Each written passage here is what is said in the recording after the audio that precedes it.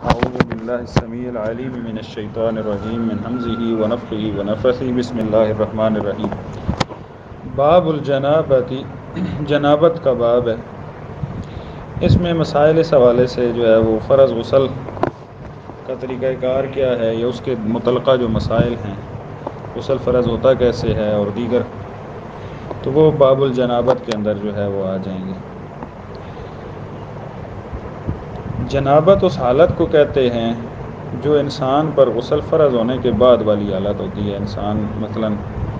نیند کی حالت میں اگر احتلام ہو گیا ہے یا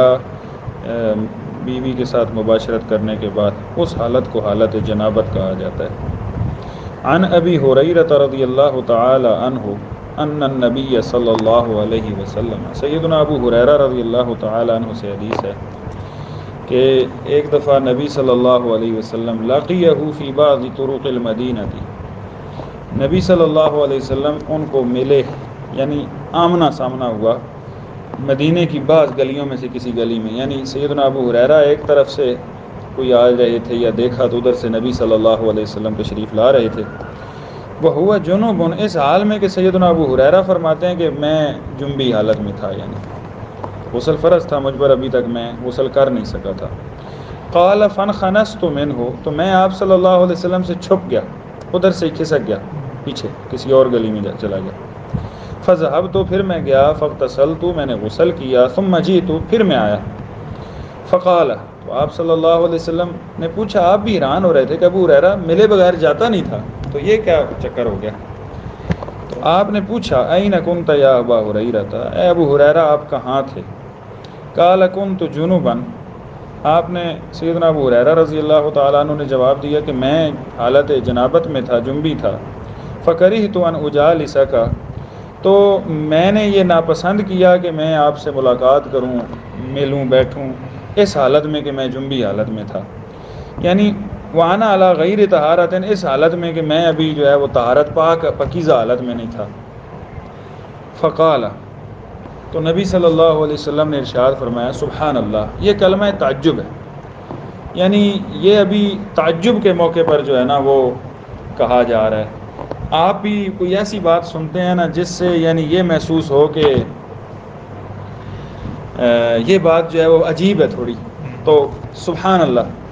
یعنی ہمارے ہاں سبحان اللہ کا کلمہ جو ہے وہ مثلا کوئی پیاری حدیث سن لی تو ہم اس وقت بولا جاتا ہے اس طرح، تو یہ کلمہ تعجب کے وقت بولا، یعنی آپ کے سامنے کسی نے کوئی ایسی بات کر دی جو آپ کے لیے عجیب ہے تو آپ کہہ دیں سبحان اللہ، یہ آپ نے کیسی بات کر دی، یعنی اس طرح، تو یہ وہ جملہ ہے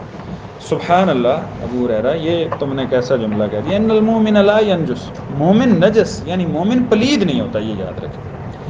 یہ جو حالت ہمارے ہاں اس کو یعنی پلیدی کی ایک حالت کہہ دیا جاتا ہے نا، تو یہ اس لحاظ سے ہے کہ وہ بندہ جسمانی طور پر وہ اس طرح نہیں ہے، یعنی ایک روحانی طور پر اس پر ایک غسل فرض ہو گیا تو اس حالت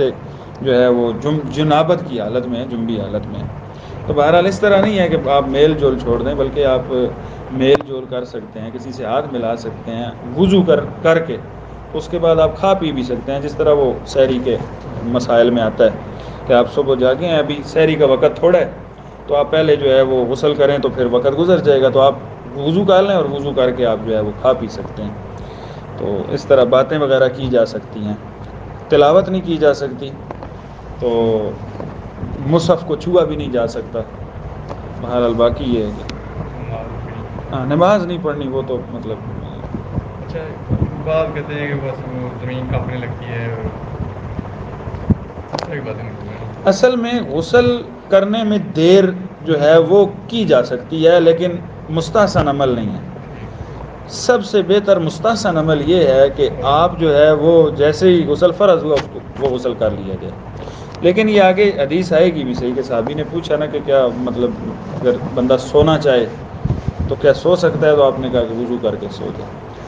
اصل میں جو غسل کر لینا ہے یہ زیادہ اولا اور بہتر ہے، کسی وجہ سے تاخیر ہو جائے تو جائز ہے، مطلب بالکل ایسا نہیں ہے کہ بہت ہی جو ہے وہ کوئی معاملہ گمبھیر ہے۔ یہ اس باب کی دوسری حدیث سید عائشہ رضی اللہ تعالی عنہا سے ہے، قالت، وہ بیان فرماتی ہیں، کان رسول اللہ صلی اللہ علیہ وسلم، یہ وضو کے طریقے کے حوالے سے، کہ رسول اللہ صلی اللہ علیہ وسلم تھے اذا اغتسل من الجنابت، جب آپ جنابت سے غسل کرتے تھے، غسل یدیہ، تو سب سے پہلے آپ کیا کرتے؟ اپنے دونوں ہاتھ کو دھوتے، وتوضأ وضوءہ للصلاۃ، پھر آپ جو ہے وہ اس طرح وضو کرتے تھے جس طرح نماز کے لیے وضو کیا جاتا ہے، ثم اغتسل، پھر آپ غسل کرتے یعنی جسم پر پانی بہاتے، ثم یخلل بیدیہ شعرہ، پھر آپ جو ہے وہ دونوں ہاتھوں سے اپنے بالوں کا جو ہے وہ خلال کرتے تھے، اچھی طرح بالوں میں انگلیاں گھماتے تھے تاکہ بال گیلے ہو جائیں، حتی اذا ظن انہ قد اروى بشرتہ، پھر پانی بہاتے نا، جب آپ کو یقین ہو جاتا کہ اب جسم کی ساری جلد پر پانی پہنچ چکا ہے، جسم دھویا جا چکا ہے، گیلا ہو گیا ہے، افاض علیہ الماء ثلاث مرات، تو پھر آپ جسم پر جو ہے وہ 3 مرتبہ پانی بہاتے تھے، یہ ہے نا، پہلے وضو کرتے تھے، پھر وضو کرنے کے بعد آپ 3 بالوں میں انگلیاں گیلے کر کے نا ہاتھ، تاکہ یہ بال سر کی جلد یہ گیلی ہو جائے، پھر جب آپ کو یقین ہو جاتا کہ سر کے جڑوں تک، جس سر کی جلد تک جو ہے وہ پانی پہنچ گیا، گیلا ہو گیا، تو پھر جو ہے وہ آپ اپنے جسم پر 3 مرتبہ پانی بہا لیتے تھے، ثم غسل سائر جسدی، پھر وہ 3 مرتبہ جب پانی بہاتے تھے تو پورے جسم کو صحیح اچھی طرح مل کے دھو لیتے تھے، تو یہ یعنی اس طرح ہے۔ تو اس میں جو ہے وہ بالوں میں یہاں پر خلال کا ذکر ہے، تو باقی حدیث میں جو ہے وہ اس طرح بھی ہے کہ 3 چلو، آپ ایک دفعہ چلو بھرتے تھے نا، اس طرح سر کے بالوں میں ڈال کے تو سر میں صحیح بالوں میں خلال کر لیتے تھے، اور 3 دفعہ اس طرح کرتے تھے، اور پھر جسم پر پانی پہلے دائیں سائڈ پر اور پھر بائیں سائڈ پر جو ہے وہ بہا لیتے تھے۔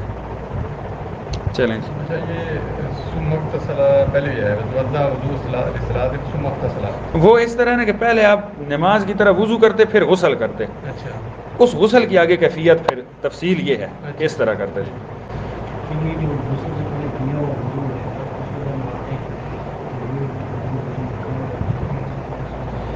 اچھا، اس بارے میں واللہ عالم یہ مسئلہ جو ہے وہ عموماً تو علماء اسی کے قائل ہیں کہ آپ وضو کر لینا تو یہ آپ کا وضو جو ہے وہ آپ شرمگاہ کو ہاتھ نہیں لگا تو آپ کا وضو قائم رہتا ہے۔ کچھ علماء اس بات کے قائل ہیں کہ یہ تو آپ کا جو وضو تھا یہ جنابت کا وضو تھا، یعنی جنابت کی حالت سے آپ کو باہر لانے والا وضو تھا، تو آپ نے اگر اس کے بعد نماز پڑھنی ہے تو آپ علیحدہ وضو کر لیں، کیونکہ یہ آپ کا وضو جو ہے یہ آپ کو جنابت کی حالت سے باہر لانے والا ہے، لیکن اس میں دونوں اجتہادی موقف ہیں۔ میں ذاتی طور پر میرا جو عمل ہے وہ یہ ہے کہ میں تو بعد میں علیحدہ پھر وضو کرتا ہوں۔ ہمارے استاد محترم شیخ الطاف الرحمن جوہر صاحب کا بھی یہی موقف تھا کہ وہ جو ہے وہ اس طرح کرتے تھے، لیکن دیگر علماء جو ہے وہ اس کے قائل بھی ہیں، وہ پہلے وضو کو برقرار بھی رکھتے ہیں۔ یہ حدیث اسی پچھلی حدیث کے ساتھ ہے کہ وقالت سیدہ عائشہ رضی اللہ تعالیٰ عنہ فرماتی ہیں کنت اغتسل وانا ورسول اللہ صلی اللہ علیہ وسلم من اناء واحد،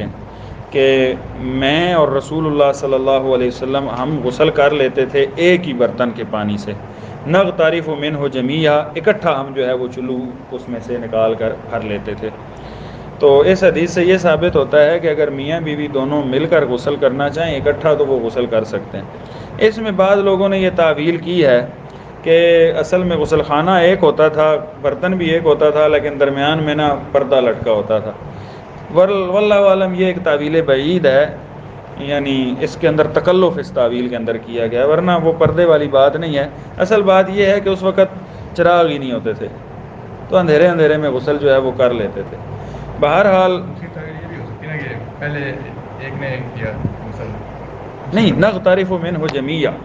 ہم اکٹھا چلو کرتے تھے، تو اس سے یہ ثابت ہوتا ہے کہ اکٹھا۔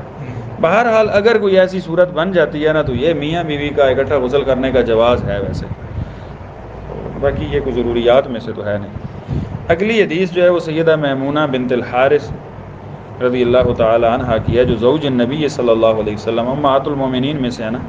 قالت، وہ فرماتی ہیں وضع رسول اللہ صلی اللہ علیہ وسلم وضوء الجنابۃ، کہ رسول اللہ صلی اللہ علیہ وسلم نے وضوء الجنابہ، جنابت کے غسل کے لیے نا پانی رکھا۔ میں نے بتایا تھا نا وضو کرنے کو، یہ جو ہم وضو کرتے ہیں اس کو کہتے ہیں وضو کے پانی کو کہتے ہیں، اور وضو اس برتن کو کہتے ہیں جس میں وضو کا پانی ہو، لوٹے وغیرہ۔ تو یہ وضو ہے کہ جنابت کے لیے پانی آپ نے رکھا۔ فَأَكْفَأَ بِيَمِينِهِ عَلَى يَسَارِهِ، تو آپ نے پھر کیا کیا؟ غسل کیا نا، وہ کیسے کیا کہ آپ نے اپنے دائیں ہاتھ سے جو ہے وہ پانی بائیں ہاتھ کے اوپر انڈیلا، اس برتن سے باہر انڈیلا، اندر سے لیا نہیں، برتن سے انڈیلا، جب تک یعنی وضو میں یہ ہے کہ وضو میں بھی آپ برتن کے اندر ہاتھ نہیں ڈالیں گے، پہلے باہر ایک دفعہ پانی نکال کے ہاتھ دھو لیں تو پھر آپ جو ہے وہ اس میں سے نکال لیں۔ یہاں پر یہ ہے کہ آپ انڈیل کے وضو کر لیں، پھر آپ اس میں سے چلو کر لیں۔ تو آپ نے 3 دفعہ اپنے دائیں ہاتھ سے انڈیل کر بائیں ہاتھ پھر دونوں ہاتھ دھوئے نا 3 دفعہ، مرتين او ثلاثا، 2 دفعہ یا 3 دفعہ۔ ثم غسل فرجہ، پھر آپ نے نا اپنی شرمگاہ کو دھویا اچھی طرح۔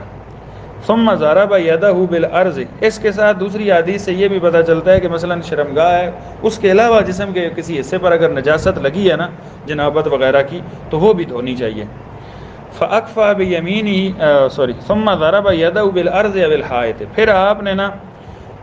اپنا ہاتھ جو ہے وہ مٹی پر، زمین پر مارا یا دیوار پر مارا، دیواریں بھی کچی مٹی والی ہوتی تھی اور نیچے بھی کچی مٹی ہوتی تھی، مقصد وہ مٹی لگانا تھا۔ مرتين او ثلاثا، 2 مرتبہ یا 3 دفعہ، تو آپ نے اس طرح ہاتھ دھوئے نا، تو وہ اب ضرورت نہیں ہے، یعنی اب کوئی کہے کہ مثلا اب تو مثلا نیچے بھی ٹائلیں سائڈ پہ بھی ٹائلیں، مٹی تو ہے ہی نہیں، تو وہ صابن سے ضرورت پوری ہوتی ہے۔ ثم تمزمز واستنشق، پھر آپ نے کلی کی اور ناک میں پانی چڑھایا، تو جیسا کہ باقی حدیث میں اس طرح کے 3 دفعہ اس طرح، تو ناک میں نے بتایا تھا کہ ناک میں پانی چڑھانا اور پھر ناک کو جھاڑنا، یہ دونوں استنشاق اور استنثار ہے۔ وغسل وجهه وذراعيه، اب یہ دیکھیں نا یہاں پر وہ نہیں ہے ہمارے ہاں وہ جو کیا جائے نا کہ غسل فرضی غسل میں جو ہے وہ غرارے کرنے، اور اگر روزے کی حالت میں ہے تو پھر غرارے نہ کریں۔ وہ ہمارے گاؤں میں ایک مولوی صاحب تھے، تو انہوں نے بتایا مسئلہ کہ روزے کی حالت میں آپ نے غسل جنابت دن کو مثلا کوئی فرض ہو گیا نا غسل نیند کی حالت میں، تو آپ غرارے نہ کریں، لیکن افطاری کرنے کے بعد نا ایک کھجور کھا کے افطاری کر کے تو پھر نماز سے پہلے آپ کو غرارے کرنے ہیں 3 بار، پھر آپ جو ہے وہ نمازیں پڑھیں گے، یعنی عجیب سے تکلفات میں ڈالا ہے۔ ثم تمزمز واستنشق، اچھا یہ نا کچھ میں نے دیکھا ہے، کچھ یہ 2-4 مسائل ایسے ہوتے تھے نا گاؤں میں، مسائل ہی اس طرح ہوتے تھے، پہلے اساتذہ بھی اتنے وہ جمعہ پڑھانے والے یا باقاعدہ عالم دین نہیں ہوتے تھے، تھوڑا بہت پڑھا ہوتا، تو یہ کچھ گھنڈیاں انہوں نے رکھی ہوتی تھیں، وہی بار بار دہراتے، اور وہ بڑے پکے مسئلے ہوتے تھے، اور لوگ بتاتے تھے کہ ہمارے وہ جو استاد ہوتے ہیں وہ پکے مسئلے بتاتے تھے۔ تو ثم تمزمز واستنشق، پھر آپ نے کلی کی اور ناک جھاڑی۔ فغسل وجهه وذراعيه، پھر اپنا چہرہ دھویا اور پھر بازو دھوئے۔ ثم افاض على راسه الماء، پھر آپ نے بازو دھونے کے بعد نا پھر اپنے جسم پر پانی بہا دیا، یعنی سر کا مسح نہیں کیا بلکہ سر پہ بھی پانی بہایا اور جسم پر۔ ثم غسل جسده، پھر آپ نے جو ہے وہ اپنا جسم دھو لیا۔ ثم تنحى، پھر تھوڑا سائیڈ پر ہو گئے۔ فغسل رجليه، اپنے دونوں پاؤں جو ہے وہ دھوئے۔ اس کی وجہ یہ ہے نا کہ وہ کچی، ایک تو مٹی آپ اوپر سے پانی بہاتے ہیں نا، ویسے ہی وہ نیچے سے مٹی تھوڑی تھوڑی کم از کم یہاں تک وہ نیچے سے ہوتی ہے، تو وہ پانی جو آپ کا جنابت والا نیچے گرا وہ پھر اوپر چھینٹے پڑتے تھے، تو سائیڈ پہ ہو کے پاؤں دھو لیے۔ تو دوسری مثلا اب بھی ہم ٹائلوں پر جب نہاتے ہیں نا تو وہ نیچے سے پانی تو اس طرح پڑ جاتا ہے، تو یہ طریقہ جو ہے وہ یعنی سائیڈ پہ تھوڑا سا، غسل خانے میں آپ سائیڈ پہ بے شک، اب تو مثلا وہ کچی مٹی ہوتی تھی تو اس سے بچنے کے لیے تھوڑا سائیڈ پہ مزید ہو گیا، یہ گیلی ہے تو تھوڑے سائیڈ پہ ہو گیا نا، تو اگر آپ وہاں پر ہی یہ تھوڑا سائیڈ پہ ہو گیا تو پاؤں جو ہے وہ کر لینے چاہیے، اسی طرح پاؤں کو دھو لینا چاہیے، علیحدہ سے اوپر سے پانی بہا لینا چاہیے نہیں۔ وغسل رجليه، تو اس طرح دھو لیے۔ فاتيته بخرقه، تو سیدہ میمونہ کہتی ہیں کہ میں نا ایک ٹاکی لائی، یعنی کپڑا بطور تولیہ، فلم یردا، لیکن وہ آپ نے نہیں لیا۔ فجعل ينفض الماء بيده، اور اپنے ہاتھوں سے نا جسم کا پانی جھاڑتے ہوئے آپ باہر آ گئے۔ تو لیکن اس کا مطلب یہ نہیں ہے کہ تولیہ استعمال کرنا ہی جائز نہیں ہے، اس موقع پر آپ نے نہیں لیا، باقی تولیہ استعمال کیا جا سکتا ہے، بعض دیگر روایات سے تولیہ استعمال کرنے کی بھی جو ہے نا کپڑا استعمال کرنے کی بھی احادیث ملتی ہیں اور آثار ملتے ہیں۔ یہ سیدنا عبداللہ بن عمر رضی اللہ تعالی عنہما سے روایت ہے کہ ان عمر بن الخطاب رضی اللہ عنہ، سیدنا عمر بن خطاب رضی اللہ تعالی عنہ نے پوچھا، انہوں نے پوچھا، یا رسول اللہ، اللہ کے رسول صلی اللہ علیہ وسلم، ایرقد احدنا وهو جنوب، کیا ہم میں سے کوئی ایک سو سکتا ہے حالت جنابت میں؟ قال نعم، تو آپ نے فرمایا ہاں سو سکتا ہے۔ اذا توضأ احدكم فليرقد، یعنی مباشرت وغیرہ ہو گئی تو اس کے بعد وہ وضو کر لے اور وضو کر کے سو، یعنی وضو کرنا چاہیے۔ اصل میں نا وضو کرنے سے آپ کے جسم کے اندر ایک نشاط جو ہے وہ پیدا ہوتی ہے. اس حوالے سے نا غسل جنابت کے حوالے سے ایک بڑی پیاری بات جو ہے وہ شاہ ولی اللہ دہلوی رحمہ اللہ تعالیٰ نے جو ہے وہ کی ہے حجت اللہ البالغہ وغیرہ میں نا. انہوں نے کہا ہے کہ اور یہ ہمارے عام محسوسات بھی ہیں.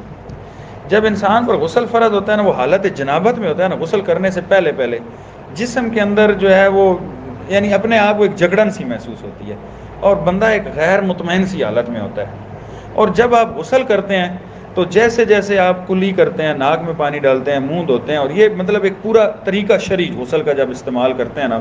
تو آہستہ آہستہ انسان کو اپنے جسم میں ایک نشاط اور چستی محسوس ہونا شروع ہو جاتی ہے اور بڑا وہ بندہ پرسکون اور خود کو محسوس اور غسل کر کے جب بندہ غسل خانے سے باہر نکلتا ہے تو خود کو بڑا وہ ہلکا پھلکا محسوس کرتا ہے. کہتے ہیں کہ یہ جو ہے نا روحانی طور پر اس غسل کا ایک بڑا اثر ہے کہ آپ جو ہے وہ ایک جسمانی تراوٹ اور جسمانی جو پاکیزگی ہے وہ تو حاصل ہوتی ہی ہوتی ہے نا,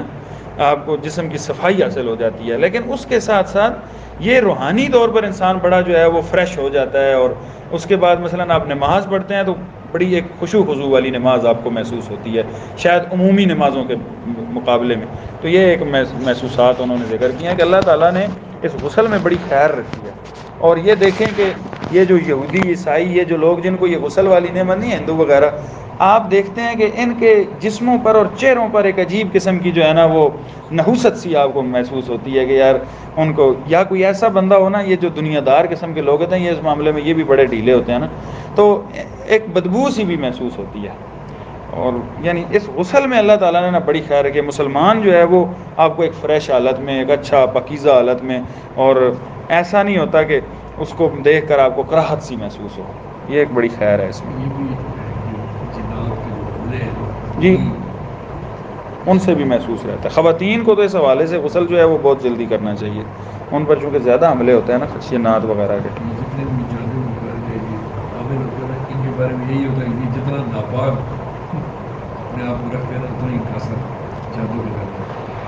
اور میں نے ایک دفعہ یہ پڑھا تھا واقعہ, ہمارے ایک گجرانوالہ کے بہت بڑے محدث گزرے ہیں حافظ محمد محدث گوندلوی رحمہ اللہ تعالیٰ, انہوں نے بتایا تھا کہ ایک دہلی کا عامل تھا جو جنات اور جادو کا علاج کرتا تھا قرآنی وظائف وغیرہ سے. تو یہ جو اس طرح کے مختلف مریضوں کا علاج کرتا ہے نا تو جنات ان کے دشمن بھی ہو جاتے ہیں نا, تو کچھ جنات کوئی تھے اس کے دشمن ہوئے پڑے تھے لیکن وہ موقع نہیں ملتا تھا. یہ لوگ تو پھر بڑے پراپر طریقے سے اذکار اور تلاوتوں کا اہتمام کرتے ہیں. بس ایک دفعہ ایسے ہوا کہ وہ حالت جنابت میں نا وہ بندہ سو گیا.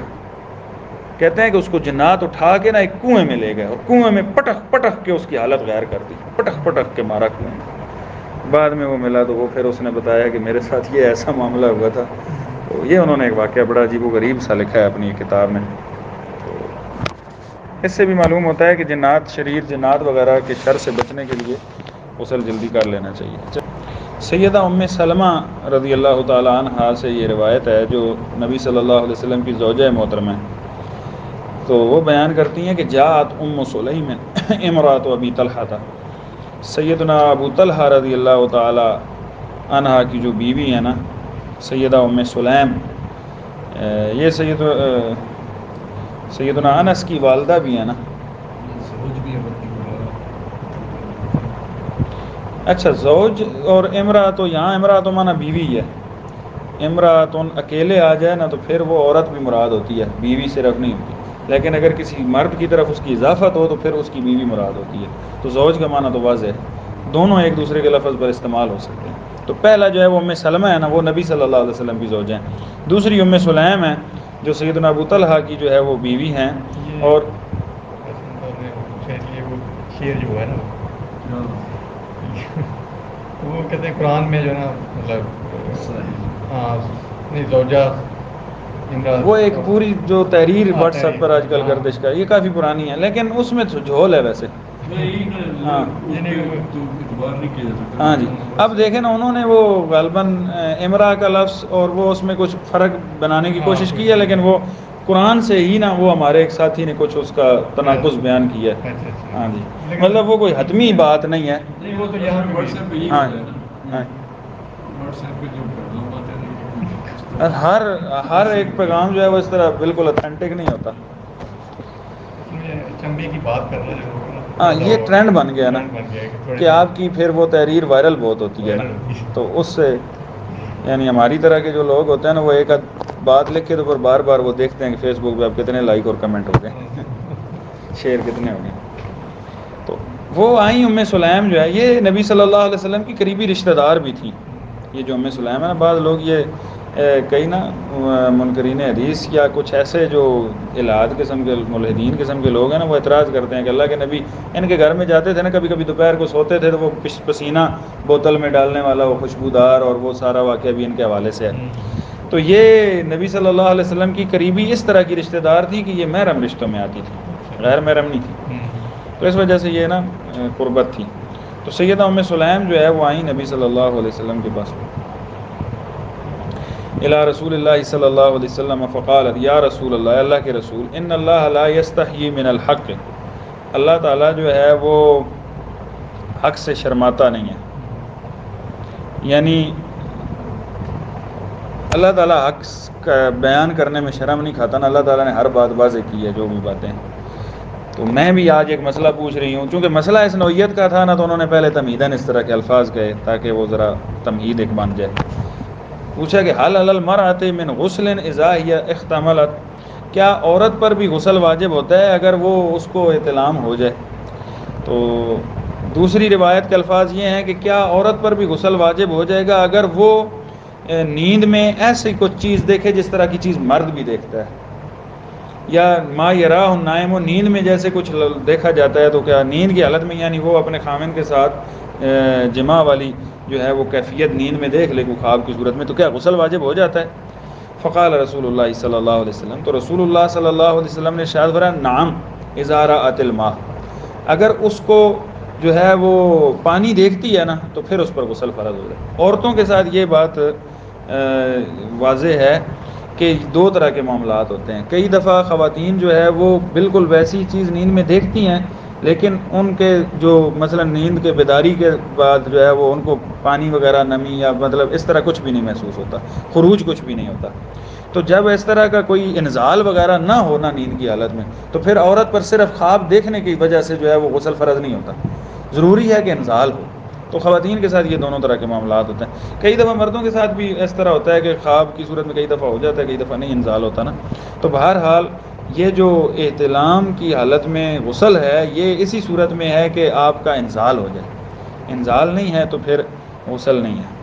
تو اے سیدہ ام سلمہ رضی اللہ تعالیٰ عنہ کے لیے یہ بڑی عجیب سی بات ہو گئی نا, بھی کیا عورت کے بھی ساتھ بھی ایسا ہوتا ہے. کئی دفعہ ایسا ہوتا ہے کہ ایک انسان کے ساتھ وہ معاملہ پیش ہی نہیں آیا ہوتا, وہ بڑی حیران ہوئی تو کیا عورت بھی ایسا کچھ دیکھتی ہے. اللہ کے نبی نے کہا کہ تاربت ادا کہ وہ آگے کہ ام سلمہ ایسا تو ہوتا ہے, یعنی عورت کے ساتھ ایسا ہوتا ہے. وہ اگر عورت کا پانی نہ ہو تو پھر جو ہے یہ بچے کی عورت کے ساتھ اپنی ماں کے ساتھ مشابہت کیسے ہو جاتی ہے. کبھی ماں کے ساتھ مشابہت ہو جاتی ہے نا, تو کبھی باپ کے ساتھ, تو یہ مشابہت اسی وجہ سے ہوتی ہے. سید عائشہ رضی اللہ تعالیٰ عنہ سے ہے کہ وہ بیان کرتی ہیں کہ کنت اغسل الجنابۃ من ثوب رسول اللہ صلی اللہ علیہ وسلم,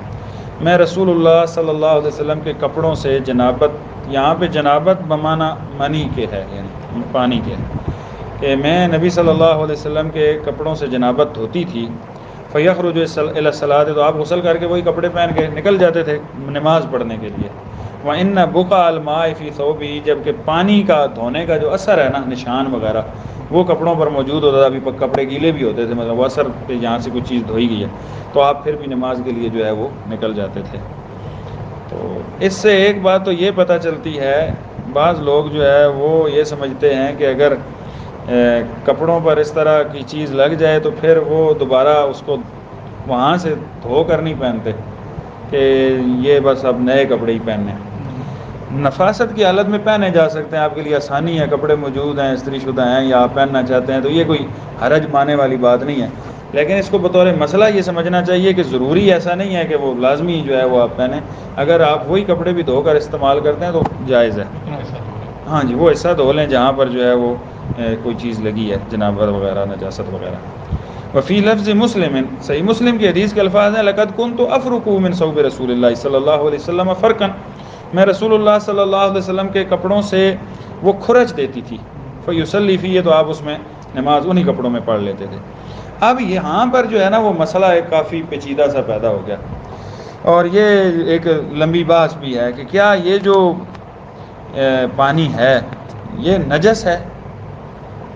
یا پاک ہے۔ اس پہ ایک بڑی لمبی بحث فقہاء کے درمیان رہی ہے۔ بہرحال یہ بہت سارے دلائل ہیں، دونوں طرف سے دلائل موجود ہیں، لیکن یہ بات خلاصتاً یہی ہے کہ یہ نجس ہے، پاک نہیں۔ گو کہ کچھ کئی سارے علماء اس کے جو ہے وہ اس پہ کے بھی قائل ہیں کہ وہ دلیل یہ دیتے ہیں کہ دیکھو اگر وہ نجس ہوتی تو پھر یہ جو کھرچنا ہے تو یہ کھرچا گیا، تو نجس ہوتی تو دھویا جاتا ہے، کیونکہ نجاست کو تو دھویا جاتا ہے۔ یہ یاد رکھیں کہ ہر نجاست کو دھونا ضروری نہیں ہے، ہر نجاست نہیں دھوئی جاتی۔ کئی دفعہ مثلا نا کوئی کچھ دیگر صورتیں بھی ہوتی ہیں، تو یہاں پر جو ہے وہ، اور دوسری وجہ یہ ہے کہ یہ اس پر تو آپ کئی دفعہ یہ آپ کی معلومات میں ہوگا کہ نبی صلی اللہ علیہ وسلم یعنی عربوں میں اب بھی جو ہے وہ چونکہ ان کی اکثر کھجور خوراک ہوتی ہے، یا خوراک کھجور ہوتی ہے، یا وہ ان کی گرم غذائیں ہوتی ہیں، یا کچھ ایسا معاملہ ہے، تو وہ کافی گاڑھا سلسلہ ہوتا ہے، جس کی وجہ سے نا وہ ادھر ہی خشک ہو جاتا ہے، اوپر ہی کپڑے کے اندر جذب ہی نہیں ہوتا، اور کپڑے کے اندر جذب ہوا ہی نہیں ہے تو اوپر سے کھرچ دیا تو وہ پاک ہو گیا، نجاست اوپر سے اتر گئی نا۔ تو بہرحال یہ پاکیزگی کی دلیل، پاکی ہونے کی دلیل نہیں ہے، نجاست وہ اپنی جگہ پر نجس ہے۔ تو بہرحال ہاں، لیکن وہ اصل میں نا وہ جو فقہاء ہیں نا اس پہ انہوں نے بہت لمبی بحث اس پر کی ہے۔ ہمارے لیے بہرحال یہی ہے کہ ہم اس کو زیادہ وہ، لیکن چونکہ ایک سوال پیدا ہو جاتا ہے نا، کئی دفعہ مطالعے میں بات آتی ہے، تو اس وجہ سے میں نے خلاصہ آپ کے سامنے ذکر کر دیا۔ حدیث سے پہلے آپ کو ایک مسئلہ وضاحت یہ کر دوں کہ ابتداً یہ مسئلہ تھا اسلام کے اندر کہ غسل جو فرض ہوتا تھا نا وہ میاں بیوی کی قربت ہو جائے نا، تو جب تک انزال نہیں ہوتا تھا تو غسل فرض نہیں ہوتا تھا۔ حدیث تھی الماء من الماء،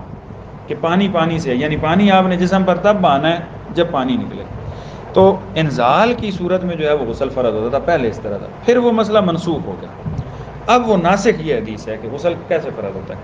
وہ سیدنا ابو ہریرہ رضی اللہ تعالیٰ عنہ بیان فرماتے ہیں کہ رسول اللہ صلی اللہ علیہ وسلم نے ارشاد فرمایا، اور اس حدیث میں آپ دیکھیں کہ نبی صلی اللہ علیہ وسلم نے کیسے کنایتاً بات کی ہے، اذا جلس بین شعابها الاربع، کہ جب بندہ اپنی بیوی کی 4 گھاٹیوں میں بیٹھ جائے، ثم جاہدها، پھر کوشش کرے، ثم فقط واجب الغسل، تو غسل واجب ہو جاتا ہے۔ دوسری حدیث کے الفاظ ہیں وفی لفظ ان لم ينزل، اگرچہ انزال بھی نہ ہو۔ تو یہاں پر ایک حدیث کے الفاظ ہیں کہ شعبها الاربع ہو گیا بیٹھا، ثم مس الختان الختان، پھر دونوں کے ختان مل گئے، فقط واجب الغسل۔ اور ترمذی کے حدیث کے الفاظ ہیں اذا جاوز الختان الختان، کہ جب جو ہے وہ ختان کو سمجھو کراس کر گئے۔ تو اس میں پھر ایک اشکال پیدا ہوتا ہے کہ کیا صرف مس کرنا جو ہے یہ غسل واجب کر دیتا ہے، یا کہ دخول ہونا جو ہے یہ ضروری ہے۔ تو دخول ہو جائے، صرف مس کرنا جو ہے اس سے غسل فرض نہیں ہوتا، بلکہ دخول کے ساتھ غسل فرض ہوتا ہے، اگرچہ تھوڑا سا بھی دخول ہو جائے تو پھر غسل فرض ہو جاتا ہے۔ تو یہ غسل کی فرضیت ہے اگرچہ انزال ہو یا نہ ہو۔ ابو جعفر محمد بن علی بن حسین بن علی بن ابی طالب بیان کرتے ہیں، یعنی یہ سیدنا علی رضی اللہ تعالی عنہ کے پڑپوتے ہیں، سیدنا علی کے بیٹے حسین، ان کے بیٹے پھر علی، اور پھر ان کے بیٹے ہیں محمد۔ تو یہ جو دوسرے علی ہیں یہ بڑے سیدنا علی کے پوتے ہو گئے، اور یہ محمد ابو جعفر محمد جو ہے یہ پڑپوتے ہو گئے۔ کہتے ہیں کہ میں ابو جعفر محمد جو ہے، میں انہ کان ہوا و ابو، اور میرے والد علی بن حسین بن علی جو ہے، ہم دونوں عند جابر بن عبداللہ، سیدنا جابر بن عبداللہ رضی اللہ تعالیٰ عنہ کے پاس بیٹھے ہوئے تھے، موجود تھے۔ وعندہ قومہ، اور ان کے پاس ان کی قوم کے کچھ افراد بھی بیٹھے ہوئے تھے اور بھی۔ فسألوہ عن الغسل، تو انہوں نے پوچھا غسل کے بارے میں، یعنی غسل کے بارے میں کیا پوچھا کہ کتنے پانی سے غسل جو ہے وہ ہو جاتا ہے یا کرنا چاہیے یا۔ فقال، تو سیدنا جابر رضی اللہ تعالیٰ نے فرمایا کہ یکفی کا صاع، آپ کو 1 صاع پانی کا غسل کے لیے کافی ہے۔ صاع جو ہے نا یہ 2.25 سیر، صاع بھی 3 قسم کے ہیں، صاع حجازی، صاع عراقی، اور صاع حجازی تخمینی ایک مشہور ہے، بہرحال 2 مشہور ہیں، صاع حجازی اور عراقی۔ عراقی جو ہے وہ 3 کلو سے اوپر ہے، اور حجازی جو ہے وہ مکے اور مدینے کا ہے، اس میں بھی بالخصوص مدینے کا سا جو ہے وہ شمار کیا جاتا ہے، یہ 2.25 سیر کا ہے۔ اس مسئلے میں نا جو ہمارے احناف حضرات ہیں وہ ویسے ان پیمانوں میں بھی عراقی پیمانہ استعمال کرتے ہیں، لیکن پیمانہ جو معتبر ہے نا وہ ہے جو نبی صلی اللہ علیہ وسلم استعمال کرتے تھے یا اس علاقے کا مستعمل شدہ تھا، وہ مدینے کا ہے۔ یہی وجہ ہے کہ امام ابو یوسف جو ہے نا، امام ابو حنیفہ رحمہ اللہ کے شاگرد، انہوں نے عراقی سا کو نہیں لیا، بلکہ انہوں نے کہا کہ سا حجازی لیا جائے گا۔ تو حجازی سا جو ہے، ہاں جی، ہمارے سا میں اور مد میں جو ہے وہ برکت، وہ اس میں بھی آتا ہے۔ تو یہ صاحب حجازی ہے، تو یہ 2.25 سیر کا، یہ جو اشاری ہمارا نظام ہے نا، یہ ایگزیکٹ 2 کلو گرام 99 گرام اور 425، یہ آگے وہ ملی میں جو آ جاتا ہے پھر گراموں سے نیچے والا، بہرحال 2.99 آپ کر لیں، 2 کلو اور 99 گرام، 2.25 سیر، یہ جو سیروں کا ہمارا پہلے حساب ہوتا تھا نا، سیر ہوتے تھے، اب تو کلو گرام ہوتے ہیں، تو یہ سا ہے، یعنی 2 کلو اور 99 گرام پانی جو ہے اتنا، یعنی چلیں آپ حد یہ کہہ لیں کہ 2.25 لیٹر پانی سے غسل جو ہے وہ ہو سکتا ہے۔ سیدنا جابر نے فرمایا، فقال رجل، ایک شخص نے کہا، ما یکفینی، مجھے تو کافی نہیں ہوتا، مجھے تو یہ پانی تھوڑا ہے۔ فقال جابر، سیدنا جابر نے فرمایا، کان یکفی من هو اوفا منک شعرا وخیرا منک، کہ بھائی تم سے جو زیادہ اچھے لمبے بالوں والے شخصیت تھی ان کو، اور جو تم سے بہتر تھے ان کو تو کافی ہو جاتا تھا، یعنی یرید النبیہ، یہ جو بریکٹوں میں یرید النبیہ لکھا ہوا ہے نا، یہ امام عبد الغنی المقدسی جو صاحب کتاب ہیں انہوں نے وضاحت لکھی ہے، یعنی ان کا مطلب کیا تھا کہ تم سے بہتر اور زیادہ بالوں والے آدمی جو ہے وہ سید نبی صلی اللہ علیہ وسلم تھے، ان کو تو ثابت ہو جاتا تھا، وہ تو صاف پانی سے نہا لیتے تھے۔ ثم امنا فی ثوب، پھر ہمیں جو ہے وہ ایک ہی کپڑے میں آپ جو ہے وہ نماز پڑھاتے تھے۔ اچھا یہ حدیث، پھر آپ ہمیں نماز پڑھاتے تھے فی ثوب، ایک ہی کپڑے میں، یہ وہ حدیث ہے جس سے ہمارے اہل حدیث افراد یہ بھی دلیل لیتے ہیں کہ ایک ہی کپڑا اگر نبی صلی اللہ علیہ وسلم نے لپیٹا ہوتا تھا تو وہ لمبا ہوتا تھا اوپر سے نیچے، شلوار کی بھی وہی صورت ہوتی تھی، تو سر آپ کا ننگا ہوتا تھا، یعنی اگر سر پہ کچھ ہوتا تو پھر 2 کپڑے بنتے ہیں نا کم از کم، تو ایک ہی کپڑے میں پڑھاتے تھے تو سر ننگا ہوتا تھا، تو ننگے سر نماز ہو جانے کی ایک دلیل جو ہے وہ یہ بھی ہے۔ وفی لفظ